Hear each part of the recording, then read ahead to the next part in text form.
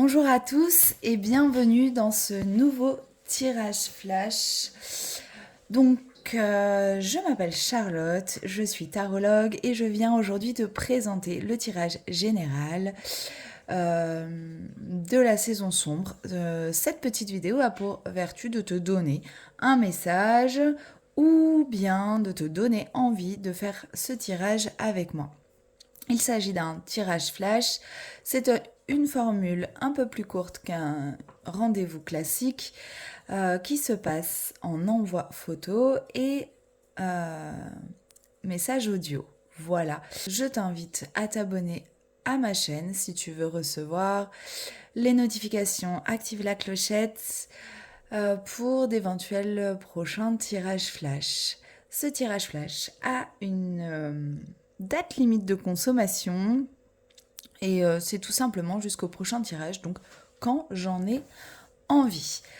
Pour ce tirage, j'ai choisi mes oracles, un oracle et un tarot, le tarot le plus sombre de ma collecte, le Deviant Moon, bien évidemment. Et pour l'accompagner en petite carte bonus, la saison des sorcières, l'oracle de Samin. Voilà, on est dans le thème, on peut commencer un petit blabla avant le tirage sur les énergies et pourquoi j'ai conçu ce tirage. Nous sommes donc au lendemain de Samin, nous rentrons vraiment dans cette saison sombre sur la roue de l'année. La saison sombre correspond à ce moment où les feuilles, ce moment d'automne, les feuilles des arbres sont en train de tomber, la sève redescend et nous-mêmes nous sommes invités à redescendre à l'intérieur. On nous demande un peu plus d'intériorité, un peu moins d'extériorité. C'est un moment de calme, de repli sur soi.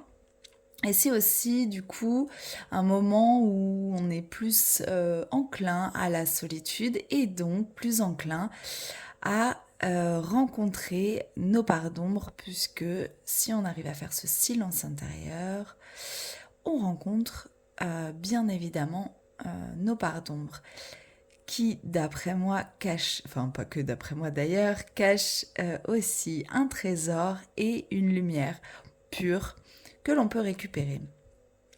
Nous avons, dans cette roue de l'année, planté, semé des graines l'année dernière qui ont germé ou pas.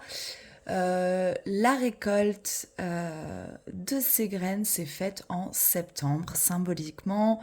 Le temps des récoltes, le temps de Mabon. Donc nous allons quand même avoir un paquet de graines à notre disposition et qu'est-ce qu'on en fait de ces graines, de ces récoltes, de ce qu'on a eu. Donc déjà en septembre on était invité à faire un petit bilan comme ça et si on l'a pas fait on peut le faire maintenant quand même. Et pour sa main, c'est un peu un moment de tri où on se demande quelles sont les graines viables et un peu les graines qui ont pourri, qui ne sont pas bonnes ou qu'on a envie de jeter et peut-être les récoltes qu'on a envie de jeter. Il y a des choses qu'on peut abandonner pour s'alléger sur le chemin et des choses qui vont nous aider à nous nourrir. Et c'est comme cette part d'ombre en fait que l'on va être amené à rencontrer, peut-être à transcender pour découvrir ce trésor et découvrir derrière une lumière pure qui va venir nous éclairer pour Yule, le temps où le soleil renaîtra. C'est peut-être ce qui va apporter cette étincelle lumineuse comme ça pour venir éclairer, réchauffer nos graines dans ce sol froid de l'hiver pour qu'elles puissent commencer à germer en février et on suit la roue de l'année. On en parlera plus tard parce que moi c'est vraiment un mode de vie, clairement. Donc, nous allons commencer par ce tirage et là, Pour la carte numéro 1, donc je vous rappelle que c'est un tirage général qui pourra ne pas parler à tout le monde, hein, mais c'est pour vous donner un aperçu du tirage et aussi peut-être un message, hein, tout simplement pour vous. Donc pour la carte numéro 1,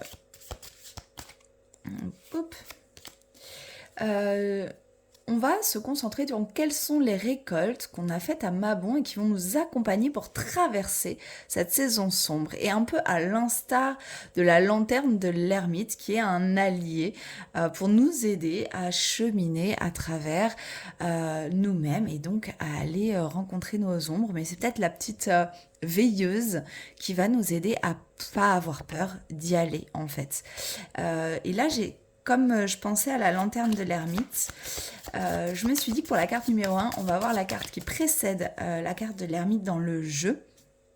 Et pour la carte numéro 2, celle qui suit la carte de l'ermite dans le jeu. Donc on va aller chercher la carte de l'ermite. Ça peut être un peu long. Peut-être que j'accélère. Elle est là. Donc la carte qui précède la carte de l'ermite, on la pose en haut. Et la carte qui suit la carte de l'ermite, ça sera notre carte numéro 2. Donc en numéro 1, quelles sont les récoltes? Donc là on est sur une générale, un collectif. Hein. Quelles sont les récoltes que nous avons fait à Mabon et qui vont nous aider nous accompagner comme une petite veilleuse, et là c'est quand même le roi de coupe, donc on va être aidé, accompagné par peut-être notre grand cœur, cette capacité à savoir gérer nos émotions. Astrologiquement parlant, ça se tient, parce qu'on a eu quand même déjà une bonne notion de Mars en Cancer. Nous avons pu chacun nous confronter comme ça à nos désirs d'enfant, à nos pulsions émotionnelles. Pluton est entré en opposition avec Mars ce dimanche et il nous a encore une fois montré cette espèce de vérité émotionnelle. Et du coup, on a pu peut-être voir notre façon de gérer ces émotions. Et là, Mars est passé en Lion et nous avons une capacité à aller choper un peu ce cavalier servant, ce roi de cœur, quoi. Richard Cœur de Lion, hein, c'est le signe du lion, c'est vraiment l'amour vrai. Donc, cette récolte, c'est vraiment tout ce qui, dans cette année, nous a aidés à gérer au mieux nos émotions, à vraiment les canaliser.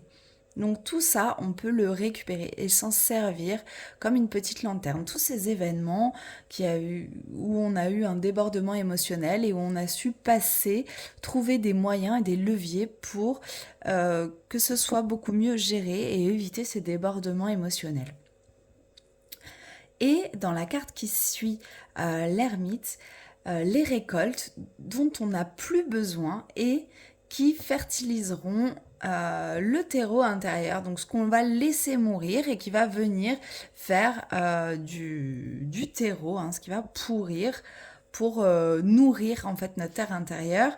Et là, on a l'as de pentacle et je pense peut-être à toutes ces histoires qu'on s'est racontées sur un futur chemin emprunté. On est quand même pas mal dans un gros tournant. Il y a des changements dans nos vies et je le vois en consultation beaucoup. On est quand même tous à un tournant. Et en fait, on a eu une idée précise du chemin, une idée précise des difficultés. Enfin, c'était plus des projections.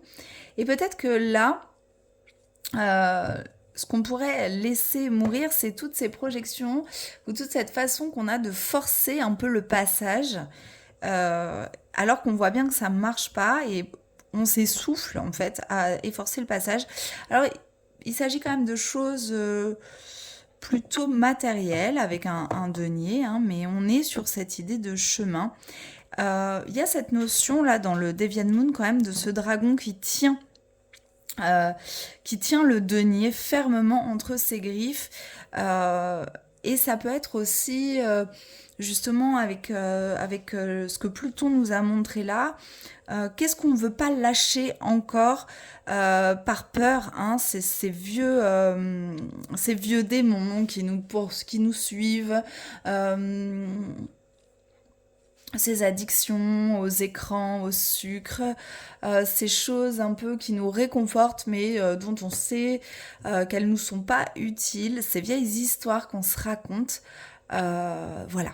Je ne sais pas si ça vous parlera, mais il y a quelque chose dans ce sens-là à lâcher euh, pour avancer et à laisser mourir, hein. Et c'est peut-être des peurs qui sont... Ouais, c'est vraiment quelque chose qu'on ne veut pas lâcher quand même, parce que qu'on ne veut pas le lâcher pour changer. On s'accroche comme ça, et c'est des peurs, c'est un maintien dans un statut un peu confortable, mais qui finalement ne nous aide pas à avancer. Personnellement, dans notre découverte de nous-mêmes ou professionnellement parlant, hein. Bon, voilà. On va continuer, hein, le tirage. La carte numéro 3, c'est... j'avais fait un petit dessin, je remets les cartes comme je les avais mises. La carte numéro 3, c'est par quel moyen le passage amorcé, euh, par quel passage, par quel moyen amorcer comme ça cette descente à l'intérieur. Souvent, ça nous fait un petit peu flipper de redescendre à l'intérieur. Alors, il y a la méditation, il y a tout ça, mais il y a peut-être un chemin, une voie pour commencer à descendre en nous comme ça. Alors, je remélange un petit peu parce que l'ermite est au dos.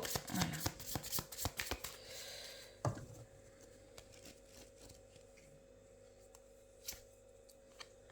La lune. C'est pas mal, hein, d'amorcer avec la lune comme ça cette descente intérieure. La lune, elle nous tient, en plus celle du Deviant Moon est quand même assez évocatrice de ce pouvoir d'illusion. Et donc, et là, Pluton va encore me parler, la fin de ce Pluton en Capricorne, là, il est très puissant en ce moment, Pluton. Et il nous montre la vérité, vraiment. Et on a eu tous ces transits planétaires en Scorpion, nous sommes encore dans la saison des Scorpions. Le Scorpion, c'est vraiment cette recherche de vérité.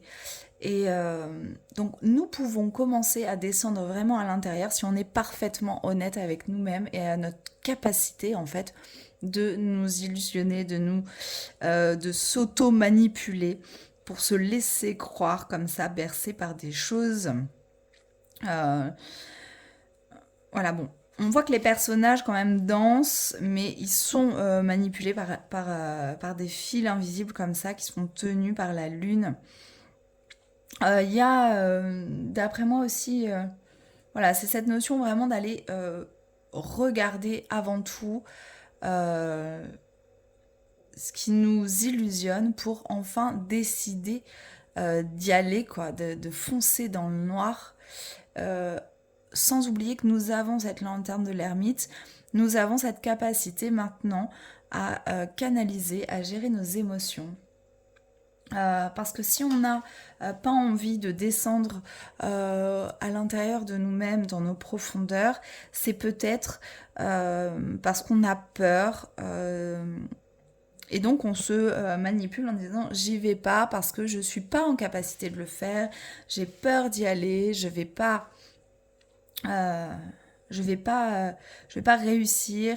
Si je vois quelque chose de trop sombre, je vais pas réussir à gérer. En fait, n'oublions pas que nous avons cette lanterne là qui va nous aider, hein. Donc, si nous, de toute façon, nous n'allons pas traverser quelque chose dont nous ne sommes pas préparés à traverser, et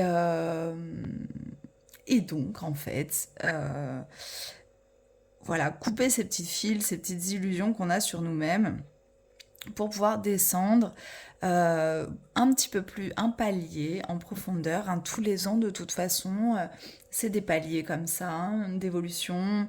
À chaque saison, on est pur et on descend, rencontrer une part d'ombre, rencontrer quelque chose.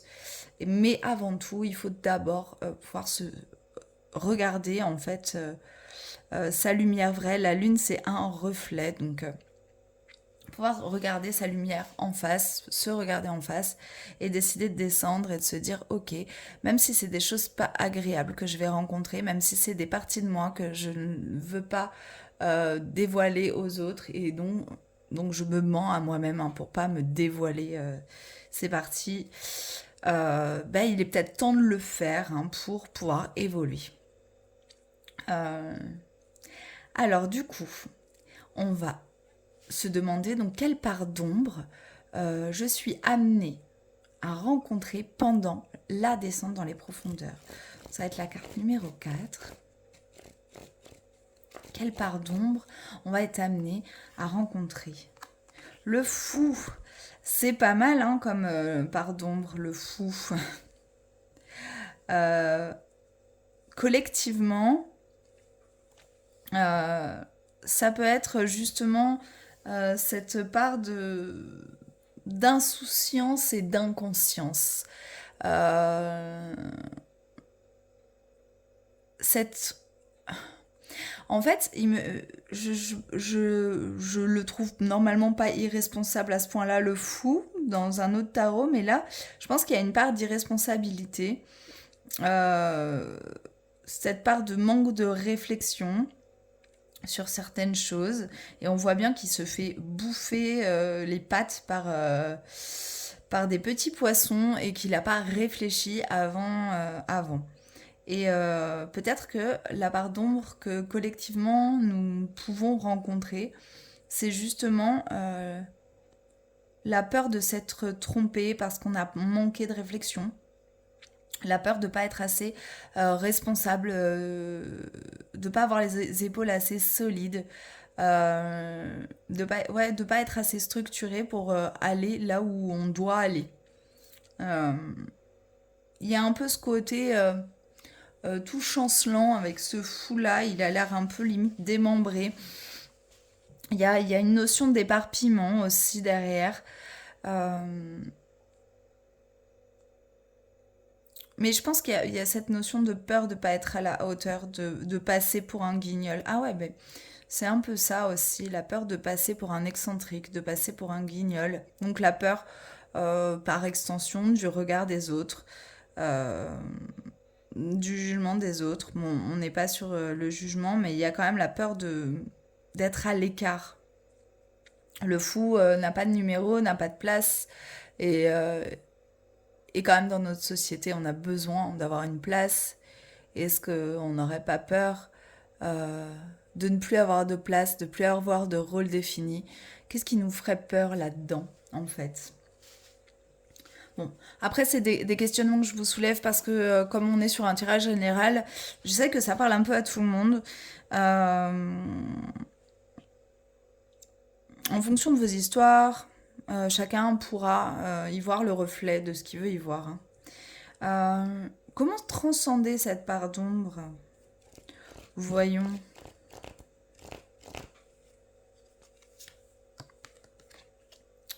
Alors, on a un 9 de denier. Euh,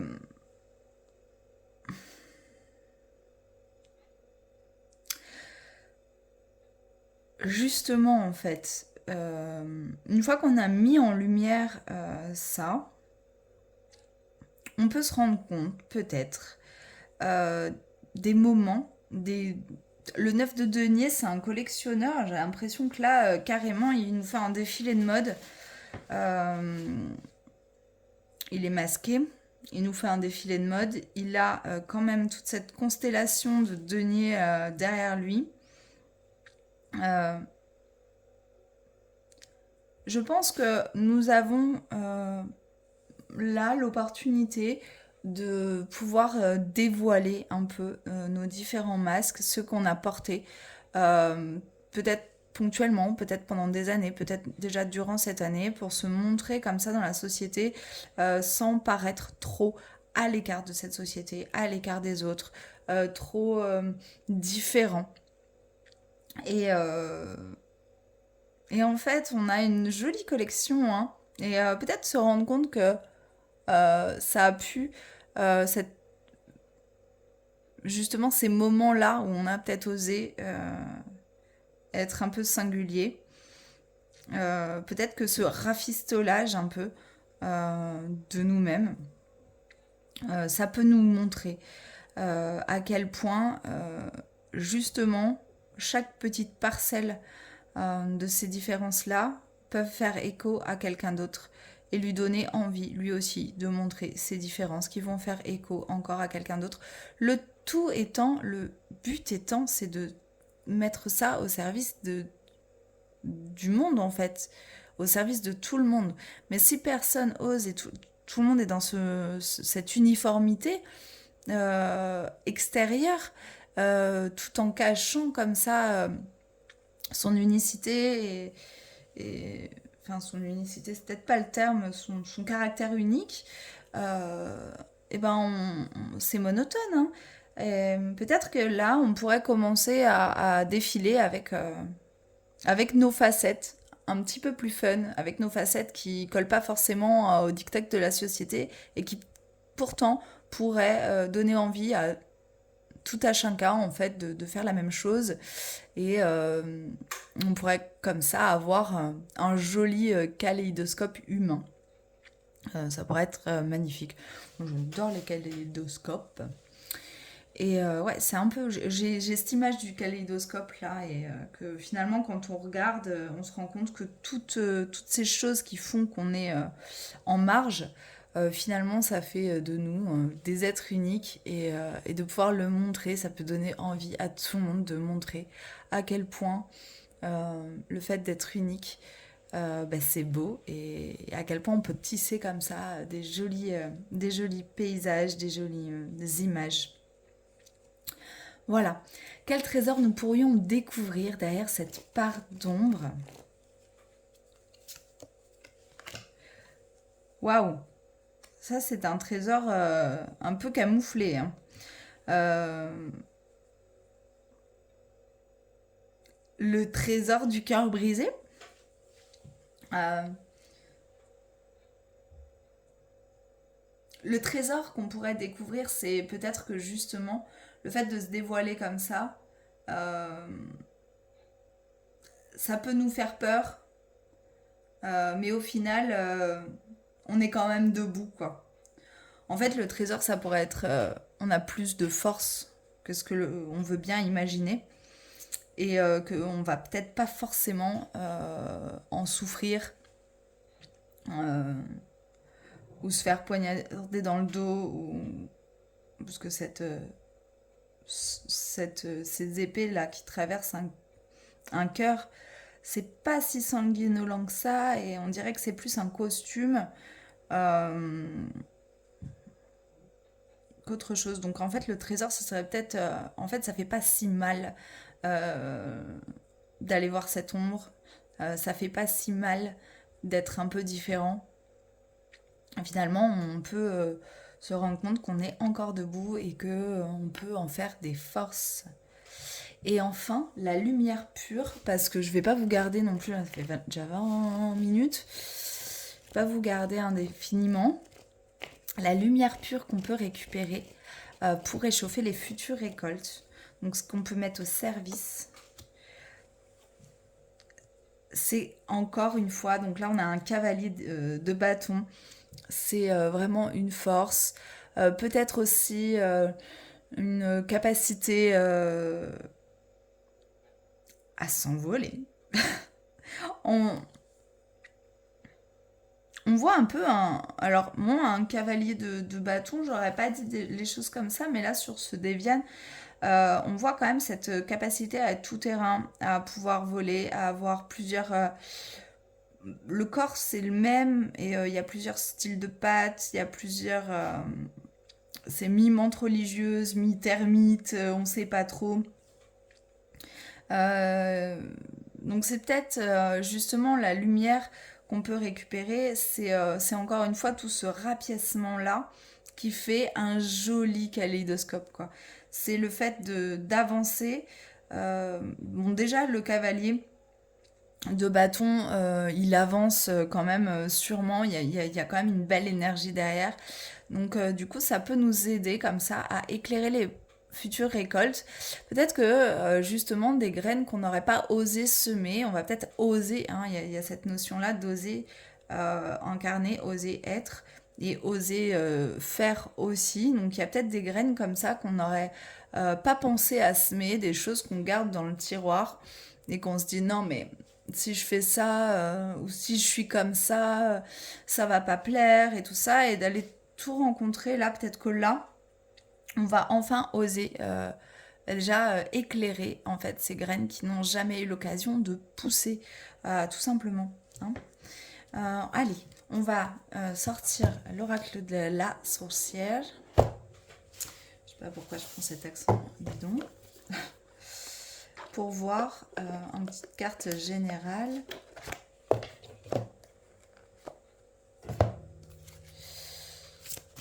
Petit oracle que j'aime bien pour cette saison-là. J'aimerais bien avoir toute la collecte de ceux-là parce que j'adore les dessins.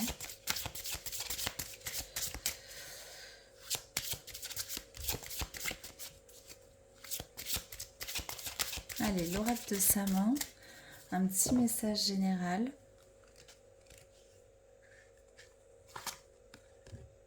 La protection. Voici ma maison. Ses murs saignent et le voile qui la cache fait de douces prières. Est mortel pour qui ose le soulever. Je sais pas où te mettre ça. Là, peut-être. Non, comme ça. Je vais regarder un peu ce qu'ils disent. Mais en tous les cas, on voit que c'est un peu ce voile...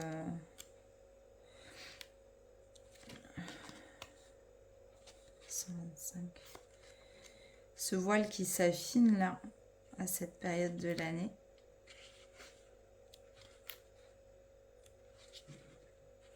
Les mots-clés, donc, c'est sécurité et dissimulation. Guérisseurs, élèves ou professeurs, au cours de leur cheminement spirituel, beaucoup d'entre vous doivent parfois se protéger. Il arrive en effet que nous soyons critiqués en tant que sorcières, jalousés car nous avons trouvé notre voie ou attaqués par notre propre ego. Ça fait sens avec le tirage. Mais nous nous relevons toujours, poursuivant notre route avec bravoure et détermination.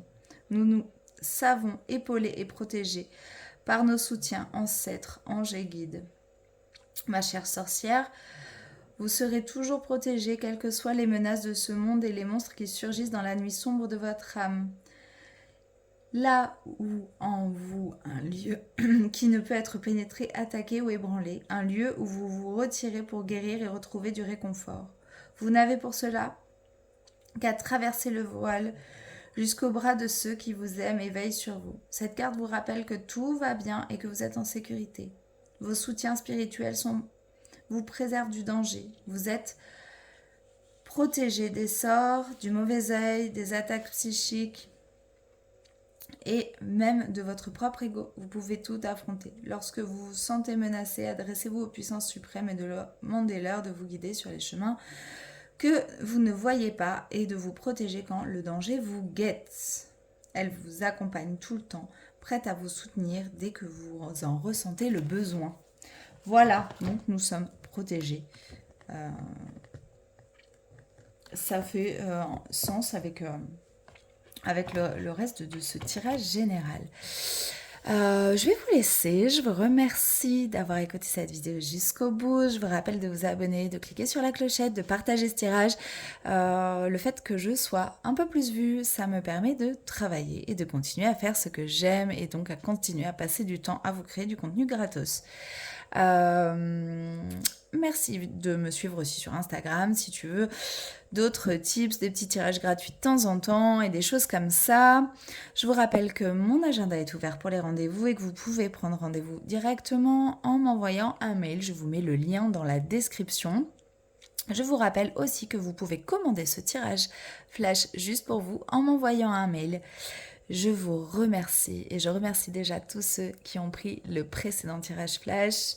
Je vous remercie pour votre confiance, je vous remercie pour vos retours et vos mots doux au sujet de mes tirages. C'est toujours un plaisir de vous lire après et de me rendre compte que je sers à quelque chose. Voilà. Je vous fais des bisous, tout simplement.